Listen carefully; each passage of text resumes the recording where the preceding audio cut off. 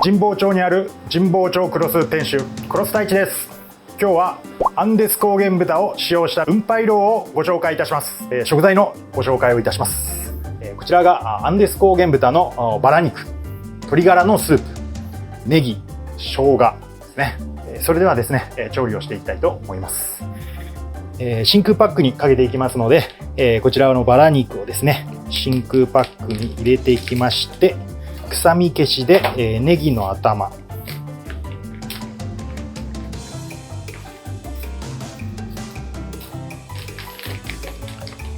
それから生姜ですね。これは皮付きのままで大丈夫です。それと、鶏ガラのスープ、はい、こちらで真空をかけていきます。86度で8時間半、加熱していきます。それをですね、出来上がったのがこちらですね。上がったものを常温で冷ましたものになります。ではスライサーでスライスしていきます。1ミリでですね、20枚程度使用します。なんか他のお肉と切った感じ違うとかってあったりします？そうですね、これもう低温で調理かけてるんで、水分の保有率がすごく保たれていることで、このもう常温の状態でも脂が溶け出してるんですよね。それがもうアンデス高原の豚の本当にいいところだと思いますね。これ冷菜として食すものなんですけれども、脂がですねカチカチでにはならず、お肉の部分もですね非常にジューシーな、本来であれば沸騰したお湯に長時間茹でるんで、お肉の旨味が逃げちゃうんですね。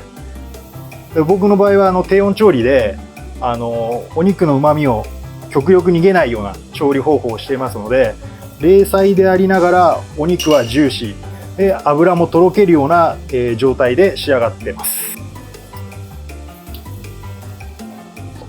これ以上温度を上げてかけちゃうと赤身の部分がやっぱそこから旨味が流れて出てきちゃうんですよね。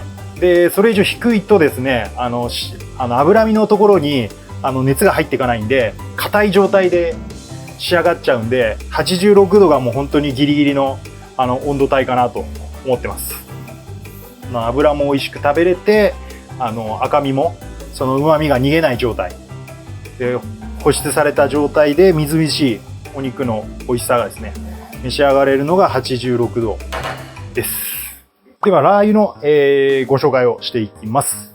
サラダ油ですね。ネギで、唐辛子、鷹の爪ですね。で生姜、花椒、これでおよそ10分ですね、焦げないように、ふつふとしてきた、中火ぐらいですね、10分程度かけていきます。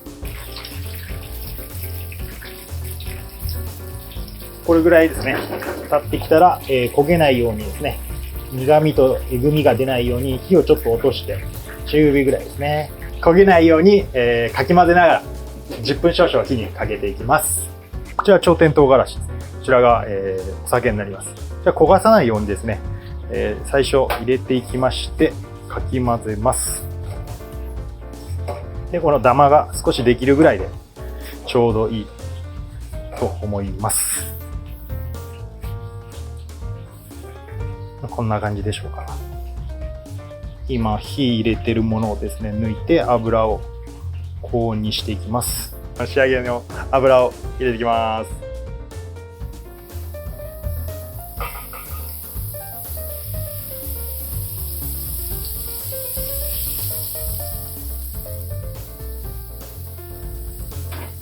熱々の油をですね湿った唐辛子にかけたので、それで水分量が飛んでいくのと、あとは唐辛子の香りが油に移っていってるような状況ですね。それではですね、雲白肉にかける、醤醤油の方お作りしていきます。砂糖、醤油、紹興酒ね。あとは、こちちらをですね、半量まで煮詰めていきます。こちらが煮詰めたものです。はい、こちらにですね、おろしにんにく、おろし生姜、で、五香粉ですね。と、お酢です。で、混ぜていきます。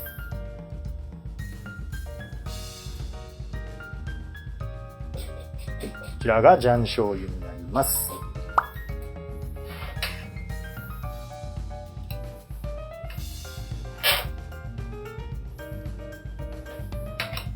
お皿いっぱいにですね、このアンデス高原豚のですね、バラ肉をですね、敷き詰めて、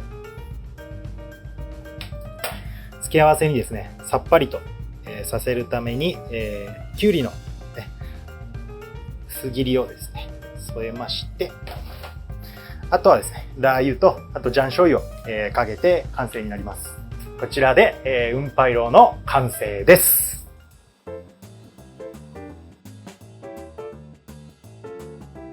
こちらどうぞ。今自家製のラー油がかかってます。その上に醤醤油が置いてあります。ではこちらいただきます。じゃあごっそり取ります。